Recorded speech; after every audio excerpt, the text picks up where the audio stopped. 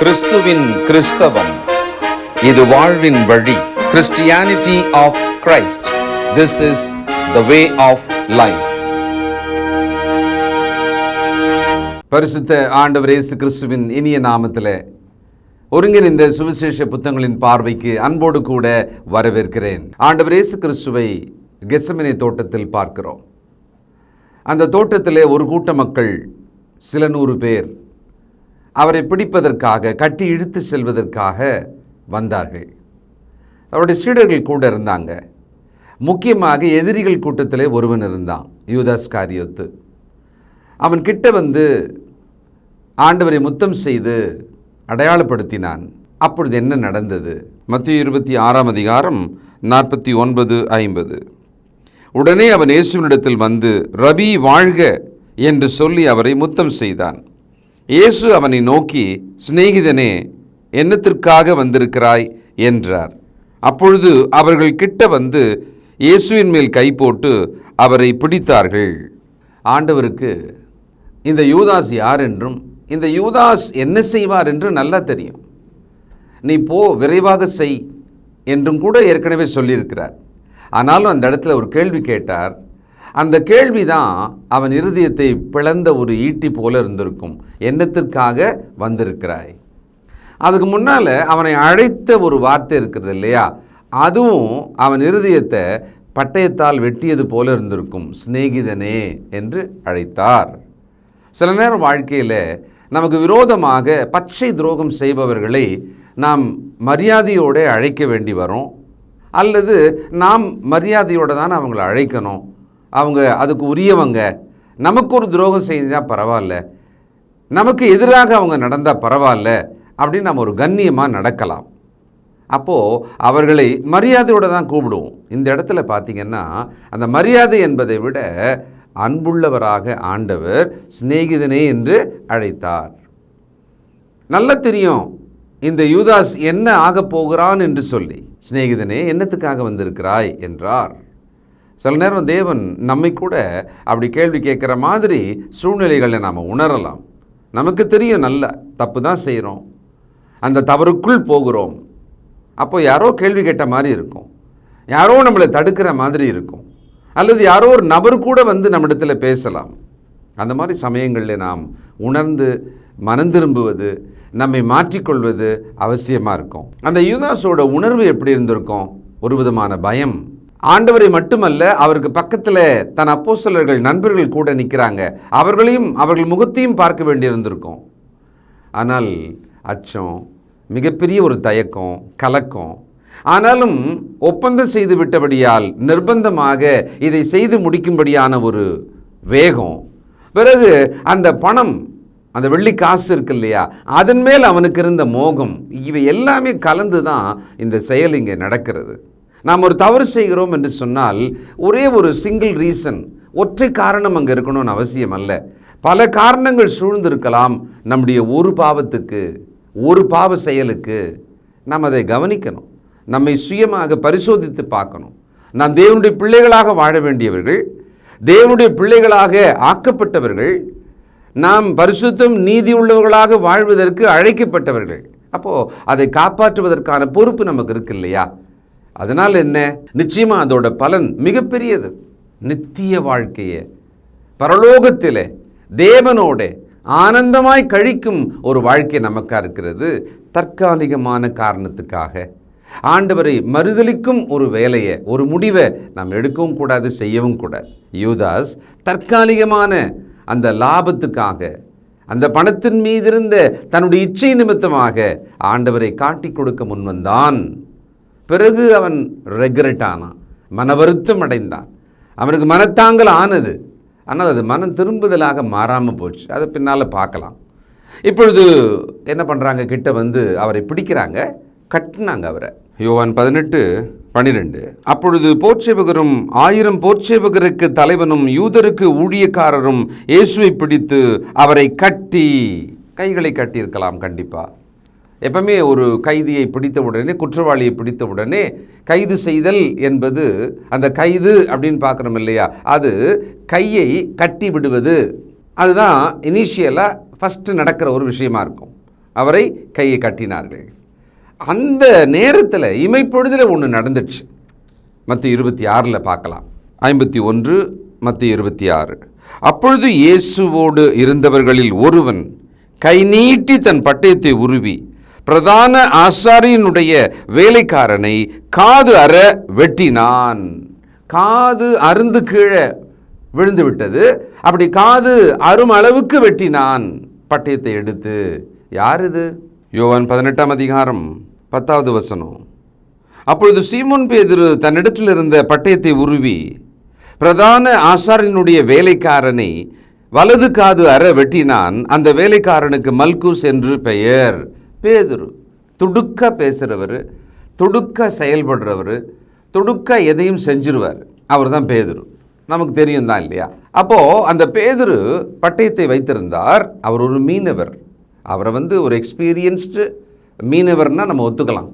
ஆனால் அவர் பட்டயத்தை கையில் வைத்து கொள்ளவும் பட்டயத்தை கையாளவும் அவருக்கு எவ்வளோ பெரிய பயிற்சி இருக்கும் நமக்கு தெரியல. ஆனாலும் வரலாற்று குறிப்பில் என்ன சொல்கிறாங்கன்னா, அந்த சீடர்கள் தங்களை மற்ற புரட்சி படைகளைப் போல ஆயுதங்களை கையாளுவதற்கும் தங்களையும் ஆண்டவரையும் பாதுகாத்து கொள்வதற்கும் அந்த பட்டயங்களை எப்படி கையாளலாம் அப்படின்னு ஒரு பயிற்சி பெற்றுக்கொண்டதாக ஒரு வரலாற்று குறிப்பு சொல்லுகிறது. என்ன அப்படின்னா, அந்த காலத்தில் ரோமர்களுக்கு எதிராக அவர்கள் ஆட்சியை கவிழ்த்து போட இஸ்ரவேல் மக்களோட தேவனுடைய ஆட்சி வரணுன்றதுக்காக பல யூதர்கள் குழு குழுவாக அவ்வப்பொழுது முயற்சி பண்ணிக்கிட்டே தான் இருப்பாங்க.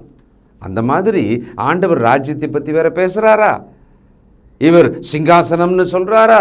தாவீதின் சிங்காசனம் என்று சொல்கிறாரா? அப்போ இவங்களுக்கெல்லாம் ஆரம்பத்தில் ஒரு எண்ணம் வந்தது, இந்த ரோம அரசை வீழ்த்துவார், நம்முடைய ஆண்டவர் ராஜாவாக உட்காருவார், அவர் ராஜ்யத்தை மீட்டு கொண்டு வருவார் அப்படின்லாம் நினைக்கிறாங்க.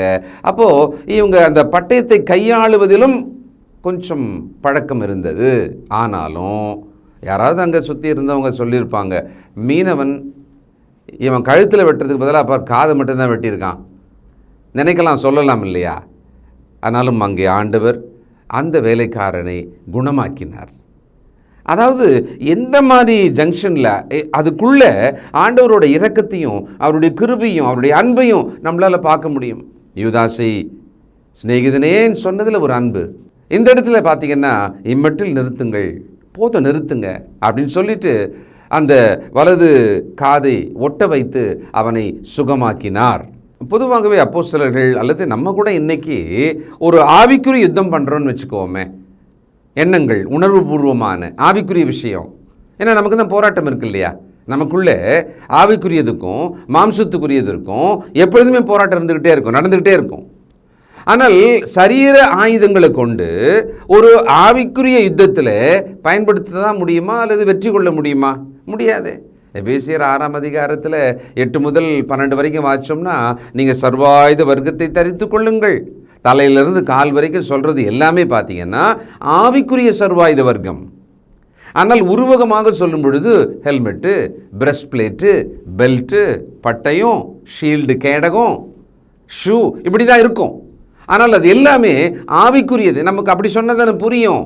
ஆனால் சில நேரங்களில் ஒரு ஆவிக்குரிய யுத்தம் நடக்கும்போது அதில் சரீர ஆயுதங்கள் எடுத்து நம்ம பயன்படுத்தினால் பிரயோஜனம் இல்லை, அது வீணாக இருக்கும். நாம் கூட சில நேரங்களில் என்ன பண்ணுறோன்னா, ஆவிக்குரிய யுத்தத்தில் சரீர யுக்திகளை அல்லது சரீர ஆயுதங்களை பயன்படுத்தலாமா அப்படின்னு முயற்சி பண்ணுறோம். ஆனால் அது பிரயோஜனம் அல்ல, அது ஒன்றுமே பண்ண முடியாது. 2 கொரிந்தியர் 10ஆம் அதிகாரம் 3-4. நாங்கள் மாம்சத்தில் நடக்கிறவர்களாயிருந்தும் மாம்சத்தின்படி போர் செய்கிறவர்கள் அல்ல.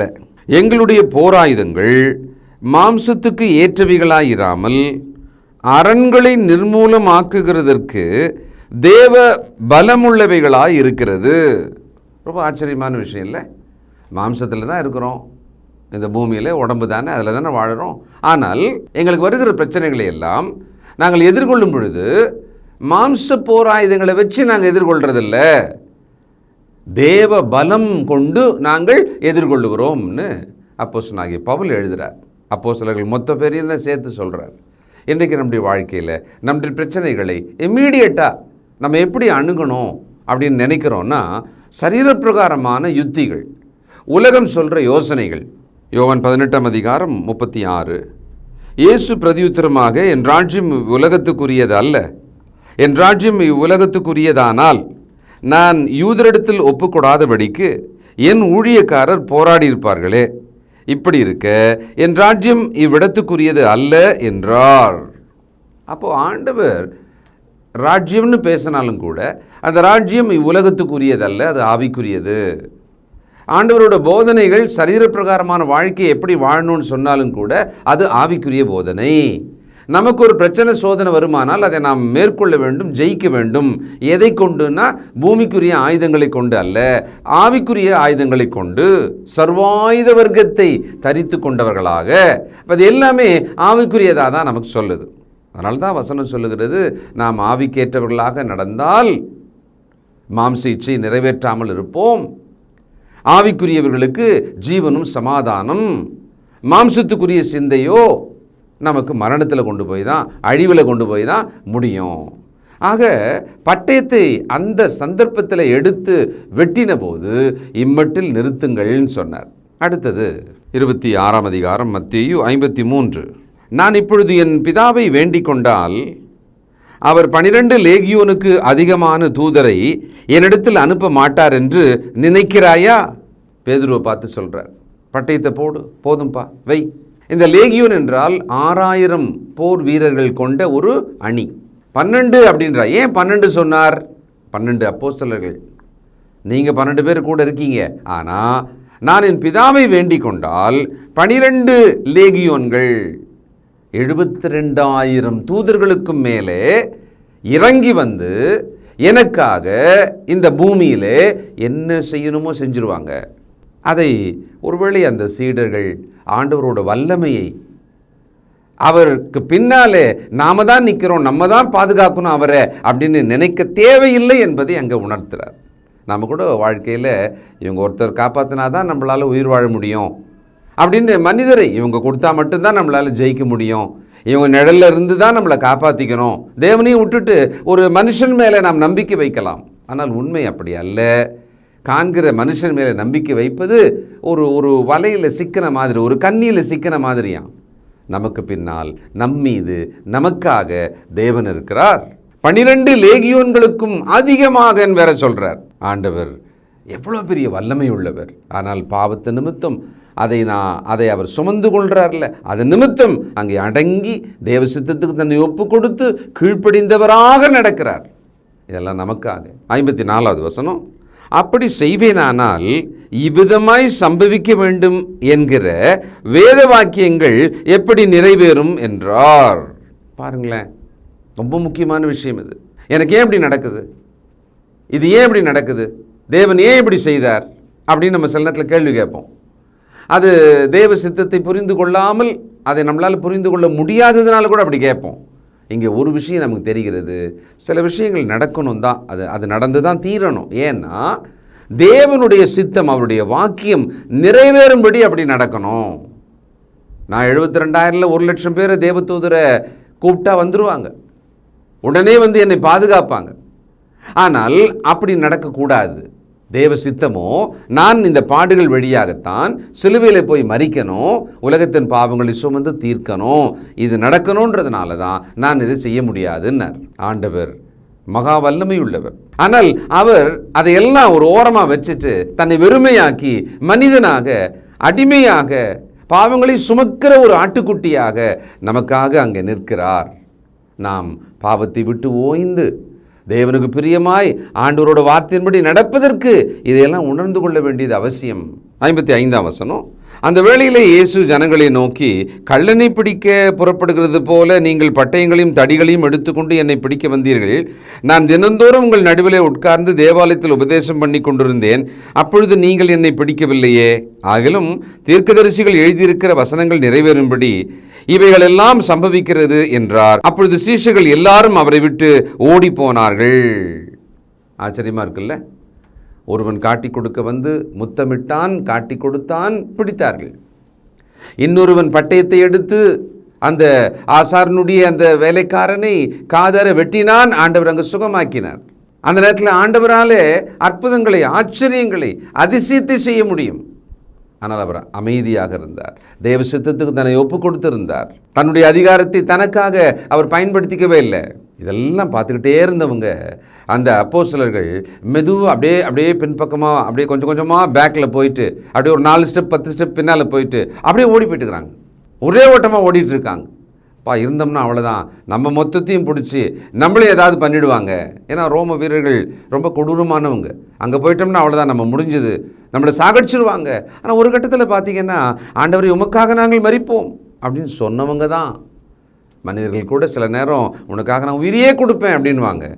அவர்கள் நம்மோடு கூட உரிய நேரத்தில் சின்ன துன்பத்தில் கூட இருக்க மாட்டாங்க. நம் தேவனை விசுவாசிப்பது தான் கடைசி வரைக்கும், கடைசி மணித்துளி வரைக்கும் நமக்கு பிரயோஜனமாக இருக்கும். அப்போது ஆண்டவரை விட்டு மற்ற சீடர்கள் எல்லாரும் ஓடி போயிட்டாங்க, தூரமாக போயிட்டாங்க.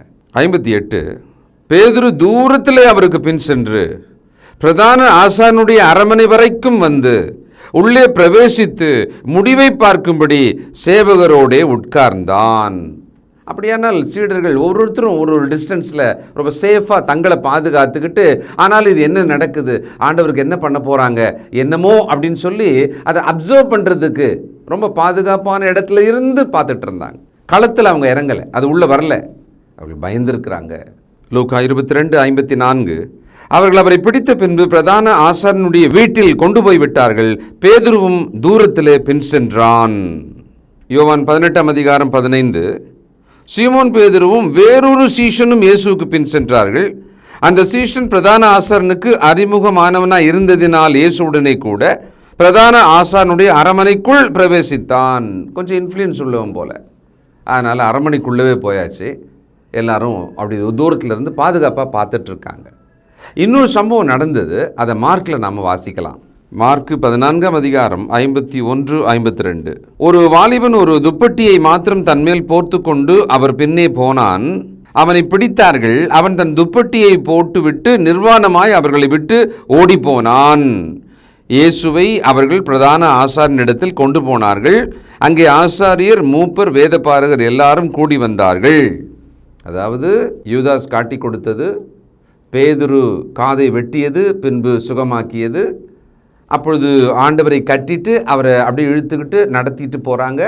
சீடர்கள் எல்லாரும் அதிகபட்சமான பேர் அப்படியே அங்கேருந்து நழுவி அவங்க தப்பித்து தூரமாக ஓடி போயிட்டாங்க. அதில் யாரோ ஒரு போர் சேவகர் ஒருத்தனை பிடிச்சி இழுத்துருக்கார். அவன் மேல் ஆடையை அப்படியே பிடிச்சி இழுத்த உடனே விட்டுட்டு என்ன பண்ணியிருக்கான், நிர்வாணியானாலும் பரவாயில்லன்னு ஓடிட்டானாம். இந்த நபர் நிச்சயமாக இந்த மார்க்குவாக தான் இருக்கணும் அப்படின்னு ரொம்ப ஊர்ஜிதமாக வரலாற்று ஆசிரியர்கள் சொல்கிறாங்க. ஏன்னா அங்கே தன்னை ஒருவன், ஒரு வாலிபன் அப்படின்னு அவர் குறிப்பிடுறார். அதை குறிப்பிடாமல் அவர் விட்டுருக்கலாம். ஆனாலும் அவர் தன்னை தான் அங்கே சொல்கிறதாக ஒரு கருத்து இருக்கிறது. எது எப்படியோ, ஆனால் சொல்லுவாங்கல்ல, துண்டக்கானம் துணியக்கானம்னு ஓடிட்டாங்க அப்படின்னு சொல்லி. அவங்கள பார்த்தா இப்போ நமக்கு எப்படி தோணுது, இப்போ மார்க்குன்னே வச்சுக்குவோமே, ஏன்னா அவனுங்கள்லாம் ஓடிட்டானுங்க, மார்க்கு பிடிச்சி இழுத்தா கூட ஓடிட்டாரே, பேதுருவும் இப்படி பண்ணிட்டாரே அப்படின்னா நம்மளாக இருந்தால் என்ன தெரியுங்களா பண்ணியிருப்போம். ஆண்டவர் தான் சாக போகிறேன்னு முதல் முறையாக எப்போ சொன்னாரோ அப்போவே நம்ம அவரை விட்டு போயிட்டுருப்போம். ஏன்னா நாம் இந்த உலகத்தில் வாழும், அதில் லாபம், அதில் ஆசீர்வாதம் பெறணும் அப்படின்ற எண்ணம் அதிகமாக கொண்டவர்கள் தானே. யோசிங்களேன், நம்ம என்ன பண்ணியிருப்போம். இந்த சம்பவத்துக்குள்ளே ஆண்டவரை சுற்றிலும் மனிதர்கள் என்னெல்லாம் பண்ணாங்களோ நாம இருந்தால் என்ன பண்ணியிருப்போம், திங்க் பண்ணுவோம். ஜெபம் பண்ணலாம். இரக்கமுள்ள பிதாவே, பரிசுத்தரே, அன்று ஆண்டவர் இயேசு கிறிஸ்துவை சுற்றிலும் மனிதர்கள் ஒவ்வொருவராக அவருக்கு விரோதமாக நடந்ததை நாங்கள் பார்த்தோம். நாங்கள் அதைவிட மிக மோசமாகவே நடந்திருப்போம் என்று அறிக்கையிடுகிறோப்பா. இன்றைக்கோ பாவிகளும் துரோகிகளுமான எங்களை ஆண்டவரின் இரத்தத்தால் கழுவி சுத்திகரித்து ரட்சித்த தயவுக்காய் ஸ்தோத்திரம். அதை காப்பாற்றி கொள்ளும் பொறுப்பு கூட இல்லாமல் நாங்கள் இருக்கிறோமே.